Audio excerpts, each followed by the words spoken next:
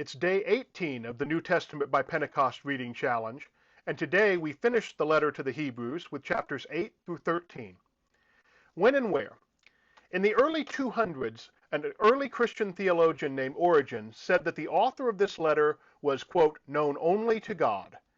There have been many guesses, from Paul to Barnabas, Apollos, even perhaps a woman, Prisca, who Paul greeted back in Romans 16 and elsewhere. I'll admit to being fond of that one. But none of these suggestions are more than conjecture. Origen was right.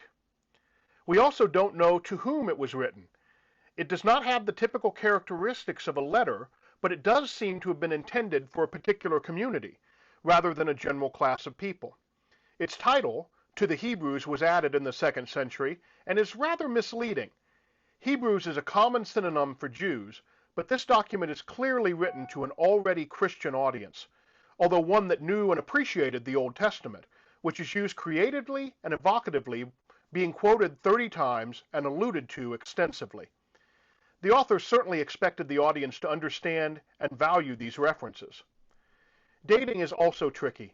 The document emphasizes the temple but doesn't mention its destruction, leading some to think that it's an early document prior to 70. However, Borg says at least a slight majority of scholars suspect the audience was a community of second generation or later Christians, people raised in the faith rather than converts, which would require a later dating. They see the lack of mention of the temple's destruction as due to it being taken for granted and common knowledge. I agree. Rather, the temple is a metaphor used to proclaim Jesus as the center of our true faith. Borg sees the letter's setting as most similar to the time period of Matthew and having theology similar to Colossians or John, so he puts it here in the late 80s or very early 90s. Some key insights.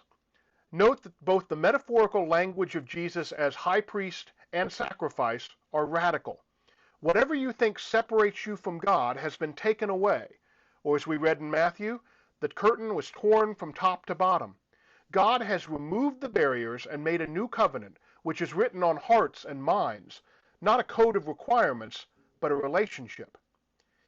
In the big picture, Hebrews is a message of encouragement to a community under pressure, and is spoken powerfully to communities throughout the ages. The author wants the community to have faith shape its life, to make a difference in who they are and how they live. This is no idle intellectual pursuit, but an ethic that calls us to transformation. Blessings on your reading.